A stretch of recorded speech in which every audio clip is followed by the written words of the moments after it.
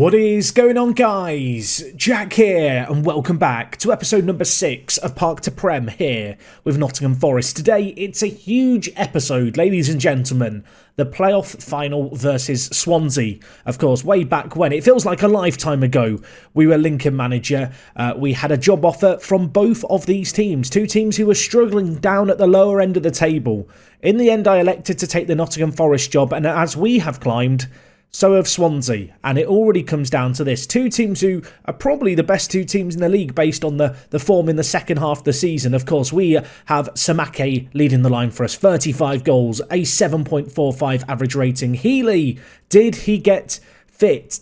Was he ready for the game? No, he's not. He just wasn't ready. Oh, the most assists in the league. A player who is pretty critical to the way that we play, I feel like, as our deep line playmaker.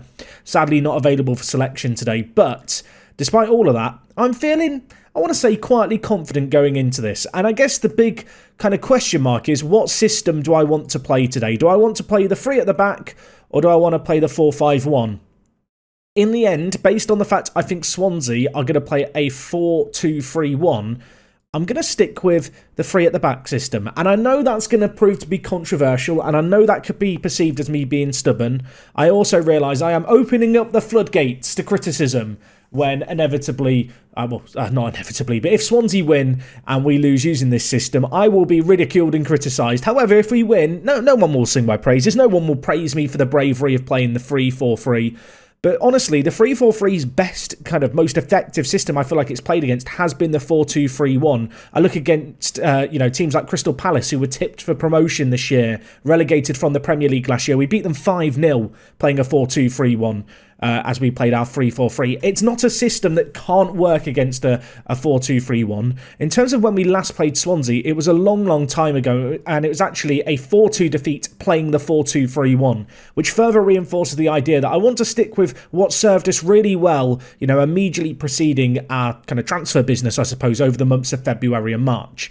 In terms of team news, unfortunately, there are injuries to contend with. Gary Healy, we've already talked about him, but he has the most assists in the team, and he is out. And alongside him, Matty Longstaff is also out injured. So you could make a debate here that our best two centre mids, both missing for this game, isn't the best preparation, but we're going to do our best to work around it. You can see here, Longstaff's contribution should not be understated. He has been absolutely top draw for us. It does mean that in centre mid, Jakob Sorensen's going to come in and play box-to-box midfielder. Not really a role that I would want to see him playing, or would love to see him playing. If we just look at him as a box-to-box midfielder here, you can see he's a well-rounded centre mid, but he's not particularly quick, he's not particularly mobile, he's not a great player going forward. And actually, with his pretty shoddy dribbling, going to just tell him to dribble less for this game. I should have done that as a personalised instruction. Let's do it here. But yeah, 7 dribbling, I don't want you running with the ball, Sorensen. In terms of the rest of the team, though, the good news is we are at full strength. The only real question mark, I suppose, is, do I play Damani Grimes over Polish Peter, or Peter Shak, as I believe it said? He's been improving a lot. I feel like it'd almost be wrong not to include him in this game, the 18-year-old. If we just compare him with Damani Grimes here, you can see there's not a world of difference between them. I think just based on how much better Damani Grimes is in the air, I'm going to go with him. As for Roberts and Hoover, there's a debate to say maybe one of those could make way for Peter Shak. But to be honest, they've been in really good form so far this year, that it would just feel a bit harsh to drop them. Keanu Hoover in his last 5, perhaps he slightly less so. Of course, he did have that game where he came off with an injury, and then in the game previously, we subbed him off with an injury. Subbed him off because he was tired from his injury. As a result, I feel like the average rating is a little bit deflated because he's not finished 90 minutes in his last 2 appearances for the club, but he's ready and fit today. Elsewhere in the team, there's not too much in the way of concern. I guess the one thing that I think we have to be wary of going into this game is the fact that Wilson Samake, despite his fine goal-scoring run, isn't the biggest fan of big matches.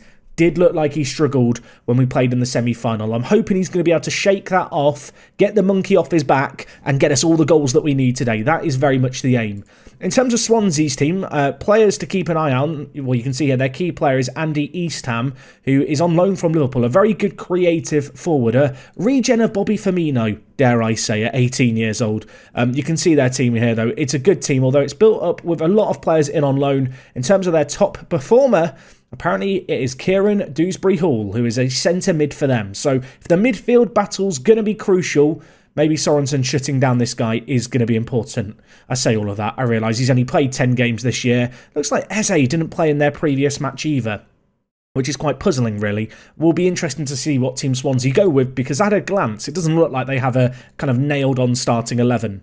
So anyway, I am going to be playing the 3-4-3 today. I know. Just put down your pitchforks. It's going to work. I believe you need to too. Of course, with this team, we do have the real kind of pretty easy possibility to switch to the 4-2-3-1 on the fly. In fact, this team that we've selected without any subs could change to that system. And if we need to, if we concede early, maybe that's something we look to do. But here at Wembley, for the third time in this year's Park to Prem, can we finally win a playoff final, please? We've lost our last two. We've lost one with Lincoln. We've lost one with Boston.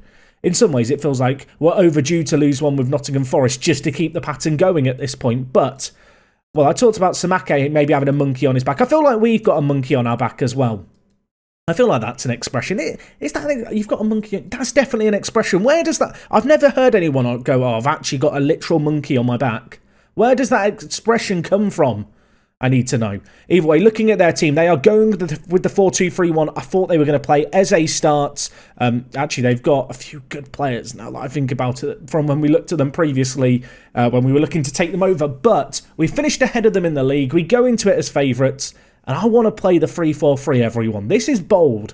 I realise that in the small windows that you've got to see this year of this season, the 3-4-3 hasn't been the most flashy of formations. It's not been the craziest. What you need to realise is you see through a window into the world of Park to Prem. The 3-4-3 has worked really well for us for the most part. I know that we've played Stoke the last 3 times, so I feel like it's perhaps not the best place to showcase it. Maybe this can be the place to showcase it. Maybe this is the place for the 3-4-3 to shine. Or maybe this is the place where it comes to die. Anyway, they're bringing the ball forward here. Markovic down the right-hand side. Inside to Eze. Smith continues on his run. Need a save from Stokes. We're not going to have it. Tommy Smith scores for them. 13th goal of the season. And you know what? You might think, oh, you're going to change things now, aren't you, Jack? I'm actually not. I don't want to overreact here. Yes, they've carved us open. Who did not track back then? Smith. Follow your man, son. Follow your man. If you're close to him, stay close to him. Either way, we've got to throw in here. Maybe we can bounce back immediately. Rogina, down the line. Samake flicks it on to Alex Mighton. He's not scored in a while. Got a good opportunity here. Was that a shot? That was a shot. What was that? That was awful. All right, I'm gonna get shouty early on here. I demand more. Not been a whole host of chances either way. It's actually been a very even game in terms of possession, and I want to say in terms of chances created, which might be stretching the truth a little bit. We've not created quite as much as them so far in this game. Anyway, looking to build out from the back. This is where I feel like we can shine. Knocking the ball around nicely. Ball over to Ryan Brewster. He is quick. Melee it to Samake does. Can Samake hold his nerve? He can't. He hates big matches. Probably the best opportunity we've seen of the game so far in our favour there. Oh, Samake. I thought Brewster might go on his own with his pace, but he laid it unselfishly off. Unfortunately for us, Samake just... I don't want to say he bottled it, everyone. He has bottled that there. Anyway, Roberts to Smith. I feel like we're finding our groove here. It's been a tight game so far, but we're having opportunities. Samake with one here. He holds his nerve this time. Goal number 37. I'm pretty happy with how this game is shaping up. I feel like we're finding our rhythm now. We're finding our groove. We're about to hit the dance floor in the second half and win this dance battle. Smith, big ball through. Samake on it. Missed his first one-on-one, second one of the game, perhaps even harder than the previous one. Tucks it into the bottom corner. I am just going to tell Smith to ease off tackles. Can I ease him off tackles? I can't because he's on defensive winger. Oh, I kind of don't want him to get sent off, but at the same time, he's too important not to take off. I'm going to tell the players I'm not happy. I want them fired up, but I want them to believe in themselves. I'm going to go with the pump fist, everyone. That's when you know it's got serious. Pump your fists. Come on, lads. Second half, you can do it for us. I want to believe. You can see here, we have double their XG. Possession's been very 50-50, although we've completed more passes. With an hour gone, are there subs I want to make? Mighton's been quiet. I could bring in Balogun. Brewster on a booking scares me a little. Sorensen's not had the best of games. Unfortunately, with all the injuries we've got, I'm kind of limited in terms of options. If we were to look at game-changing subs, Nick Garcia could possibly come on in centre mid, the young American. Elsewhere, we've got, obviously, Balogun, another American on the team. I think he's the kind of player we might bring on later as legs start to tire. And Chris Willis, another option, but not really the most creative. Not particularly great defensively to play as a right mid. Just thinking, do I want to change anything right now? I don't think I do. I think I just have to stick with the current team. I'm thinking I might swap out Mighton for Balogun shortly. But I want to just leave this to play out as we have a chance. Roger, long throws it forward. Keeper collects it. Raya, who, if I'm not mistaken, is Raya really good in Football Manager still? I know he used to play for Blackburn and he was always insane for them. I don't even know where he plays in real life. I feel like he might have gone to Brentford. I don't know. I'm tapping into my championship football knowledge here as Akande. I mean, he's done his best Alex Mighton impression. I think there's some weird force field at the other end of the pitch. Right, I'm going to take off Mighton. I'm going to bring in Balogun. I'm actually going to change him with Brewster around. And the reason I'm going to do that is because Balogun is not the best deep line forward, but as a complete forward, he's much better. My worry would be playing a complete forward on the left. It might leave Smith a little bit open. It's a little bit of a risk having both players on one wing be bucked, but they are two of our best players. Brewster is a key player. Smith is absolutely unreal. I mean, they've both been involved in a lot of our chances so far in this game. Smith with an assist to his name. Brewster, Sorensen, Grimes. We've played really well in this game, to be honest. Smith with it now down this left-hand side. Options perhaps in the middle. Could try and win a penalty. He stood up like he wants to. He kicks it. Can't beat the man. Goes for a corner. Going to make our subs now. And I'm going to go for another demand more. 15 minutes left. This is still all in the balance. I feel like we've been the better team, to be honest. We started a bit slowly, but since then we've played much better. Unfortunately, this just looks like it's going to extra time. I don't know if I can handle this, everyone. I don't know if I can handle this.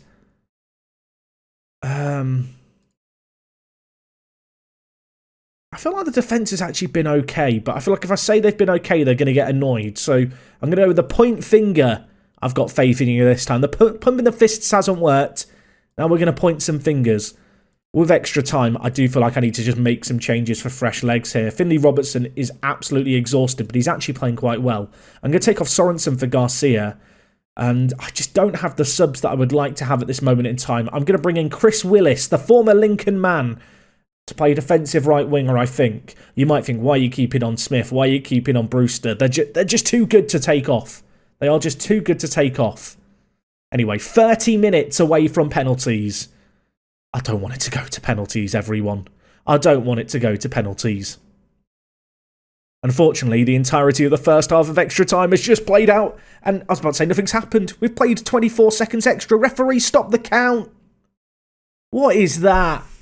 The referee has played an extra 32 minutes, and then Easton's just scored his goal of the season. I can't believe it. It's not even like down to the system either. It's just a short free kick. And then an insane long shot. Oh my word, I cannot believe that. Oh, we have to change things up. We have to go for it, everyone. I'm going to change the wide men from defensive wingers to... I'm going to go with wingers on support rather than anything too more attacking. Brewster, you know what, mate? It's time for you to stay up the pitch as well. Go advance forward. In possession... Be more direct, play at a higher tempo. Don't worry about working the ball into the box. In terms of distribution, go to the playmaker, I think. And then out of possession, we don't normally press high. We are going to start pressing high now. Normally, I like to keep the pitch condensed. I feel like when you play the two lines compressed here, where you have a lone line of engagement but a high defensive line, against teams that use attacking midfielders, there's way less space for them to work in between the midfield and the defence. Unfortunately... I've got to kind of abandon everything at this point. We have got to just go for this. I need us to chase every loose ball. Go for absolutely everything.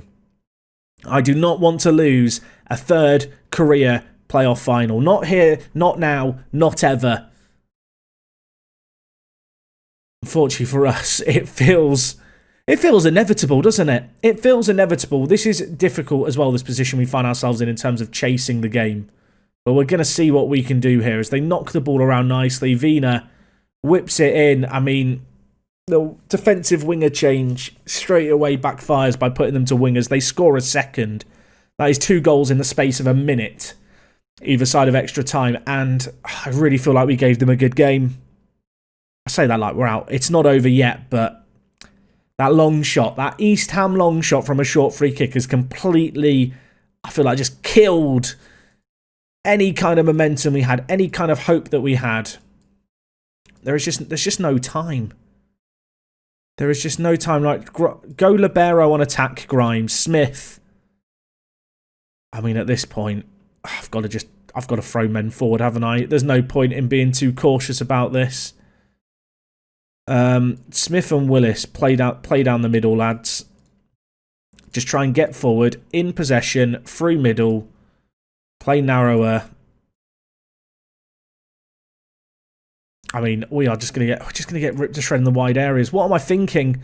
What am I thinking? I don't know what to do. Roberts and what is this? The other issue is I've taken off all the options that allowed for me to have tactical flexibility.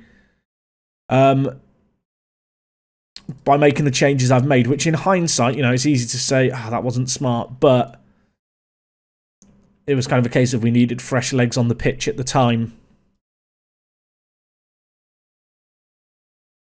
I want us to play really narrow, work the ball through the middle, high tempo, direct. Oh, it's just... And then over defence, it has to be. You have to just lump it forward and hope. But yeah, I mean, as I said, the tactical flexibility we have is kind of removed from the subs I've done, but it's just a long shot. It's just an insane long shot, and then in chasing the game, the defensive wingers no longer where they, you know, quote-unquote should be, because they're not defensive wingers anymore at that point. I've told them to stay higher up the pitch because we need a goal, and they've done us, and they might do us again here. Some heroic blocks, but it's gone in off the post. That is game, set, and match. Fair play to Swansea. I don't know how to feel about that. I mean, last time we played them, we lost 4-2 playing the 4-2-3-1. Just didn't have our best centre mids in the match. One long shot. And it's changed the whole game. I mean, that is how Football Manager plays out, sadly. Of course, following on from this match, we will have the typical end-of-season roundup. There could still be a chance here. Balogun's shot is blocked out for a corner. I feel like 4-1 flatters them so much. It's kind of the nature of the beast in any kind of playoff game or cup game. When you're chasing it, you start to throw men forward. And it is just going to cause you issues, isn't it? It's going to leave you open. I mean, truth be told, the changes that we've made since we've gone down just haven't... Well, they haven't changed the game because they got a second goal, but we've just been conceding more and more clear-cut chances as we desperately look to commit men forward. There's now 60 seconds left. Playoffs have not been kind to me this year in Football Manager. I think back to Park to Prem last year where I think we won 2 out of 2 playoffs that we were in. Or did we? No, we lost a League One playoff. But no, I want to say the rotten luck we've had, and you know, people are entitled to roll their eyes at that, but I look at that long shot they scored. I can't believe it. I'm just having a breakdown, everyone. The game's not over, and I'm still just thinking about it. Could we get a consolation? Brewster to Balogun, can eat Shirley. I mean, it means absolutely nothing, but thank you for playing till the end. Now I can claim it's the exact same result as when we played the other system. But no, Balogun, 5th goal of the season for him. What I would say is, we've got £80 million to spend. The way in which we dominated the league the second half of this season makes me feel pretty good about how things are going.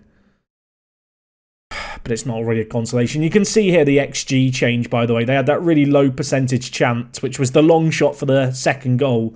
I've then changed things and then just clear-cut chance after clear-cut chance. Oh, I hate Football Manager. I mean, we had the higher XG, so we've got the moral victory. I'm going to throw a water bottle. They can be demotivated. I'm not happy, boys.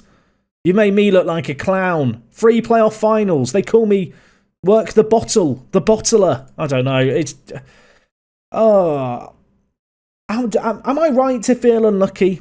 I feel like I am. I really want to persist with the 3-4-3. I think we saw there over 90 minutes. It went toe-to-toe against a Swansea team that, if I just show you the Swansea team form, like, they're good. Let's just say that. I mean, look at this. They do not lose very many games at all. They got to the FA Cup semi-final. The fact we've taken them to extra time is not a bad achievement in itself, but yeah, ever since kind of January, they've been as good as we've been. In fact, I think they've been better than us. We've been the two kind of informed teams. But it doesn't really matter, does it, at the end of the day, when you have such an awful start to the season?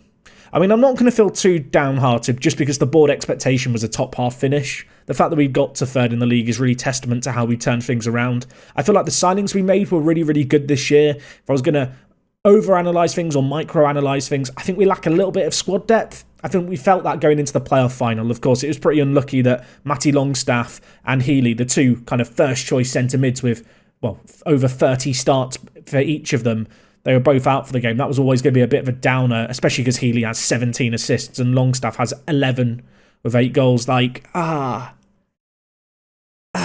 Jack. Right, let's go to the end of season award, people. I apologise for the fact that this episode's just turned into me making excuses and kind of rambling to myself about how unfortunate we've been, but I don't know. It's one of those ones where I'm annoyed, but at the same time, next season becomes really, really exciting, I feel like.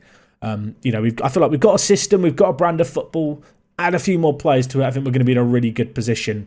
Either way, Nottingham Forest end of season review. Here are all the signings. Apparently the best signing was Piotr Petershak, who I absolutely adore. I feel like we're going to get him playing regular first team football. One thing I have got to be a little wary of is I have promised a lot of the players that I've signed that we're going to get promoted by next year. So, yeah, let's hope that we can get promoted next year. I mean, when you look at the contributions of some of these players, it's pretty insane. Nottingham Forest, I think, in their first 13 games had 6 goals scored. When we took over, it was something crazy. I don't know if those were the exact numbers. I look at Brewster, 15 goals and 11 assists. So that's 26 goal contributions in 25 appearances. It's just nuts. Wilson Samake, just a silly amount of goals. 37 goals, 10 assists. Longstaff, obviously, was signed before we came in. He had a good year. Damani Grimes was signed before we came in. He's had a good year. Keanu Hoover. I mean, when you look at it, it's a lot of players that we've brought in that have really performed well. And I think it's important to actually look at it. You look at the players that we've signed on the ins and kind of the sort of money that we're talking about here. It's not like astronomical fees. In fact, I think from me joining the club, we haven't spent more than, 12 million on a player in Ryan Brewster, whereas we look at the sales, of course, there's a few of these that are slightly bigger than others, a few of these that happened before we took over. But for example, Rodak at Norwich, 46 million is absolutely insane. Also worth noting, Norwich finished bottom of the Premier League, so they're going to get relegated with our former keeper playing for them. I think that could be quite an interesting little storyline in itself next time around. You can see here kind of how the season played out. Disappointed that the team only reached the final of the playoffs. Look, that is the board expectation at the start of the year. That's not when I took over. Football Manager, please fix. Ultimately, third place, 10 points off second is a mighty fine achievement considering the situation the club found themselves in. Obviously, the FA Cup and Carabao Cup, we just don't talk about them, don't dwell on them. They don't matter, and they won't matter again next year. Biggest win was 8-0 against Wimbledon. A match to remember, the 6-1 win against Lincoln. Yeah, I'll remember that one, all right. What a result that was in hindsight. And goal of the season, although I'm not going to click on it because then it goes back to the start of this thing, it was Matty Longstaff with a long shot.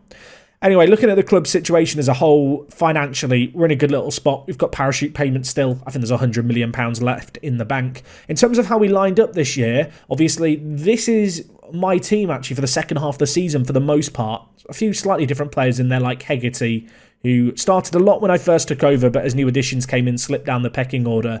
But you can see here, the goal contributions of the front three are just silly. 37 goals for Samake, 15 for Brewster, 15 for Myton. They also got a grand total of 28 assists between them, which for a trio of strikers is not that bad, and some of these average ratings are nuts. Also, special shout out to Carl Stokes, who needed to sign a replacement after Rodak left. We had a replacement here the whole time. He's a very, very good player as well. Anyway, looking further forward, I didn't win any accolades, so that's just a shame. Samake did break the record, though, for most goals by a player in a season with 37 and most goals in a match with 4. Callum Wilson, oldest goal scorer. Congratulations, Callum. I hope you're having a lovely time in Turkey, mate. Samake dominates the awards as well, unsurprisingly. Just an unsung hero. Signing of the season goes to Ryan Brewster. I think you can attribute a lot of the turnaround in form down to Brewster's arrival, to be honest, and just how much he contributed. Anyway, if we just have a look at the season review, we lived up to expectations in the season they'll be perfectly satisfied with. Is that correct? Also, how much money are we going to get given here? This could be quite big because there's so much money in the bank. The board have set the wage budget at 1.3 million and a transfer budget of 80. I mean, if we don't go up next year, I will resign. You've heard it. If I'm making that promise, if I don't get this team back to the Premier League next season, I will resign. 85 million is just absolutely ridiculous. What is also ridiculous is, what is this? 8 club cultures. Right, we are going to negotiate these because I might want to remove some. Sign players from the lower levels of the domestic game. Like, get rid of that. Sign high reputation players. Get rid of that. I don't mind playing possession football, playing high tempo I don't love. Can we go with that, please? I mean, I don't mind the sign players from the lower levels of the domestic game. It just encourages me to bargain hunt youngsters. I'm going to try and get rid of high tempo. They really want them. Can I lock them out when I remove them, or am I just stuck with them? I'm just going to keep... Right, I'm just gonna accept their... I don't want to piss off the board. They're already annoyed that we've just lost a playoff final, but what is this? What is... I feel like I've just been given a little task list that's just unreasonable. Anyway, board expectations or player expectation next year, we're going to win the league. We're going to win the league. We're going to get automatic promotion. I don't think we're good enough for automatic promotion. Balogun, you're wrong. Look, half the squad are like, yeah, automatic, doable. Half the squad, no, Gaffer, we can't do it. I disagree. That's exactly the sort of reaction I was after. Let's make some promises. I'm going to do the classic one, which is we're going to let youngsters have time. Wait, can I not? There's not the promise of youngsters. That's annoying. I thought that'd be a thing. Right. Why is that promise not there? I don't know why that... Usually, if you get to that promises screen, there's a promise that's like, give youth a chance. Just pick that one every time. Pick it every time, it always gets a good reaction. I've never seen it not work. Either way, pre-season training. We can go to the East Midlands, the Algarve. We'll go to the Algarve. I've been to the Algarve. Lovely area of Portugal. Samake, by the way, Championship Player of the Year. Gonna have to try and keep hold of this man desperately. He's been absolutely nuts this year. It's kind of crazy, that kind of difference when we took over. He barely played any games to start the year. Started playing him at striker. 35 starts, 35 goals as a striker. It's just silly. He's won the Golden Boot Award comfortably. A winger who we saw potential in, and he's only gone and done it. In terms of the team of the year, Samake's in the starting positions. I wonder if Brewster would have also made it in had it not been for the fact he came in halfway through the year. Anyway, there's a few little bits of squad development bits, but we're not going to worry about them right now. Instead, we're going to just have a quick look at the squad and discuss things. Where do I think we need to strengthen? Where do I think we need to change things? I think when I look at the team, first and foremost, blooming good team. I feel like this is a team that should have got promoted this year, and of course it would have got promoted if I'd been here from the beginning. I feel like that in my mind feels kind of settled at this point. When you consider that the last couple of episodes, the live comms have been against some of the best teams in the league. They've been against Swansea, Stoke a number of times. I then think back to the results against, for example, Lincoln. There are teams at this level that we can absolutely demolish. I mean, Lincoln themselves actually didn't end the season that badly. They were in 16th, and we beat them 6-1. Like, they are teams we can beat. Obviously, AFC Wimbledon, we beat 8-0. I'd like to apologise to them as they do get relegated. This is a team that's good enough for this level. I feel like if we hadn't had some of the injuries that we had, we probably would have won the game today. And with a bit of fortune, I think it goes a completely different way. But with that in mind, defensively, I think we're absolutely sorted. We've got, obviously, Roberts, Grimes and Hoover. Roberts is, I think, the only left-footed ball-playing centre-back we have in the team, but he's still very, very good. Damani Grimes, club captain. He is a top-quality young English centre-back, obviously. Hoover, to his right, has been very good too. And then think about our other defensive options. We've got Peter Shaq, who can play there. He's really, really good. We've got Johnson, who I've been training to play centre-back. I think he is the natural kind of alternative to Hoover. And of course, we've also got Knott in the team. So, yeah, centre-back wise, we've got 6 top-quality centre-backs who I think would walk into most other championship teams. If anything, the big challenge with them is going to be juggling expectations. In goal, Stokes is really just good enough for the championship. That is not a doubt in my mind. He's been top quality ever since we promoted him in and made him a regular starter. I feel like any goalkeeper that averages above a 7.0 is kind of just doing the job for you. Of course, the backup that we do have as well in Anthony Heatley is a pretty blooming good backup. So, yeah, looking at the team defensively, I'm not too worried. Obviously, Hoover can play right back. Roberts can play left back. We do also have, and I need to find him here, Hackett, who can play centre-back and left-back. He's perhaps the alternative to Roberts. He could play centre-back even. I've like too many centre-backs now. I look at 7 centre-backs, but they also double up as full-backs. Maybe we could get rid of one of them. But no, defensively, goalkeeper-wise, there's no problems there for me. I think at centre-mid, that's where some of the issues arise. Obviously, we've got Healy, Robertson, Longstaff, who was injured, and also Smith can drop in at centre-mid. But Smith, to be honest, has been improving a lot as a defensive winger. If we just look at all-time development, he's really, really excelled this year. He's been a bit of a late bloomer. I say that. He's only just turned 21, but he's showing the kind of development I wasn't necessarily expecting from him. And I feel like actually as a defensive winger, he's done a really good job this year. You can see here, he's really well suited to the role. So I think a new centre-mid could be on the cards, like a top-quality centre-mid. In terms of, at left wing, obviously, we've got Smith who can play there. We've also got Seagross, who's been injured for the end of the season, who is a left midfield option. Not quite as good defensively as Smith, which does raise some concerns, I feel like, with the defensive left winger position. Out on the right-hand side, obviously, we've got Roger, who is, he's good enough to start. He'd be good enough for most Premier League clubs as a defensive right winger. I think we may need to get a backup to him. This year, there was a few times where I had to use Chris Willis, a defensive winger on the right-hand side. He's not bad. He's not terrible, but the marking, the positioning, the tackling, that is always going to kind of have a big fat question mark over it. So with that in mind, I think another kind of backup defensive right winger would be a must. It's kind of weird because usually I'd get in a youngster to fill in this backup role, but Roger's 18, everyone. It's so easy to forget how young this guy is and how much potential he's got. So whoever I get in at defensive right winger, they don't need to be immense. They need to be, a good backup, but not necessarily the nailed-on starter. In terms of striking options, obviously, Mighton, Samake, Brewster, Balogun as well, obviously scored in the playoff final. We've got 4 really good attackers there. I think if there's one specific thing we're lacking in, it's probably an alternative deep line forward, maybe 2. Brewster's been good this year. Mighton did slow down a little bit. And Balogun as an option at deep line forward just isn't really an option at deep line forward. He's not a particularly creative player. Stuff like 10 passing is always going to hold him back. He's not terrible, I suppose, as an emergency backup. But I definitely think there's scope, I suppose, to bring in a more natural deep line forward into the ranks who can, work with the players that we've already got. Perhaps even dislodge Mighton from the first team. I feel like Samake and Brewster have kind of earned their stripes at this point throughout the whole season. Since we've taken over, they've been absolutely insane. But no, the team is in a good spot. And I know I've said that previous years at previous clubs, but I just think about the amount of money that we have, and it's kind of silly. One thing I am seriously considering is just signing a load of youngsters with the money that we have, or at least investing some money in youth. I have actually made some transfers, and we've had some ingoings and outgoings in terms of pre-contract agreements. Felix Garcia, I decided not to renew his contract. He just doesn't really have the potential to play for us.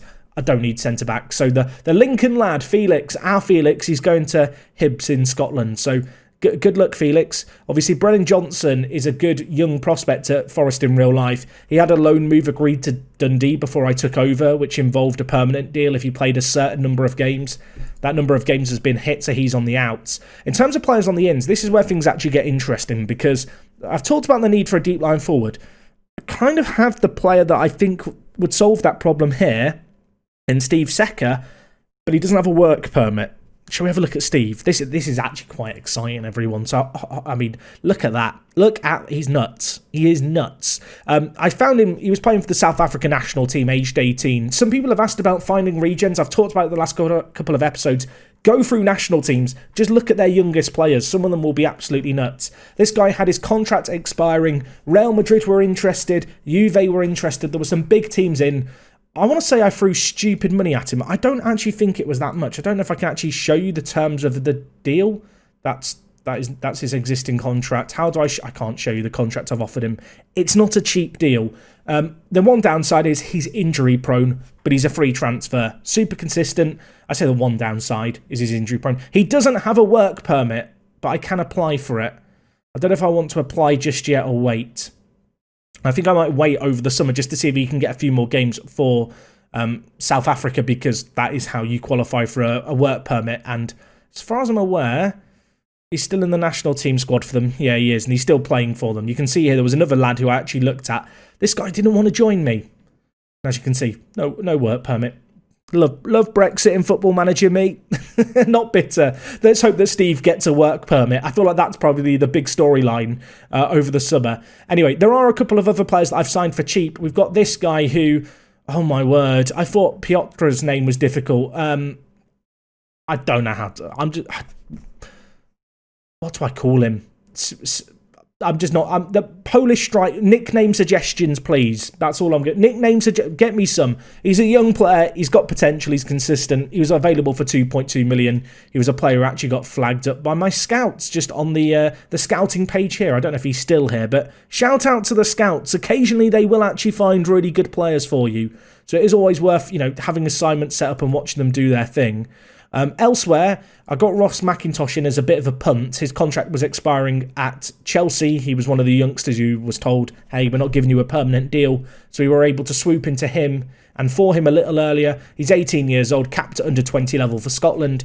He's a freebie punt for the future. And then the last player we've got is actually a player who I agreed to sign back in January. He's already got a work permit approved. Unfortunately, doesn't join us until next January, because he has to wait until he's 18, being South American. But we've got here Felipe. Bit of a shame that he's inconsistent, but as I said, he's got a work permit. He's 17 years old, fairly professional personality. I don't know about anyone else. I think this could be a really, really good option. And we've signed him for 2.1 million. Yeah, he was playing for the Brazil under-20 squad, and he had a release clause in his contract to foreign clubs of 2.1 million.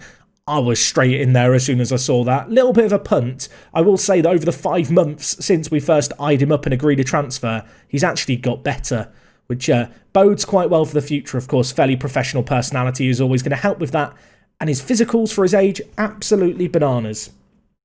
Anyway, in terms of what I expect over the summer, I think it's going to be one or two big players. I would love to get in some huge centre mid signing, maybe some youngsters for the future, try and bolster the youth team a little. We've got a little bit of talent here. There's some good players here. Of course, there's players like Ham Sang OK. Apparently Ham Sang is Australian slang for ham sandwich. I don't know if there's a nickname in there. Okay, I don't know.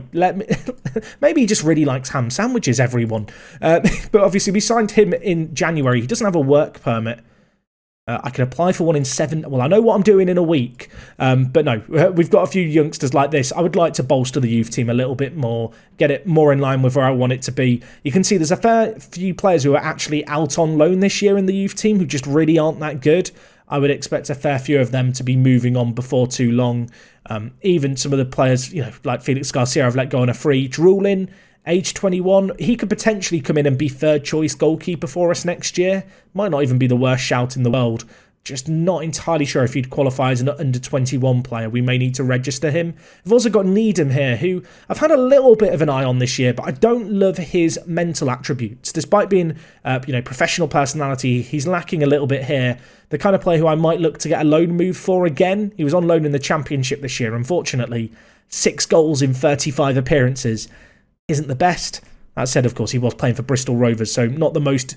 I don't want to say the biggest of teams, no disrespect Bristol Rovers fans, but, those kind of clubs, youngsters, playing for a struggling team in a division aren't necessarily going to score the craziest number of goals. In terms of the under-18s team, there is a few players here. We, of course, did have a youth intake. I didn't talk about it. it wasn't that immense. We've got Martin Rocher here. That's definitely not how you say his name. He's okay. I think he was the pick of the bunch in terms of players who came through the youth intake this year. He's got good potential.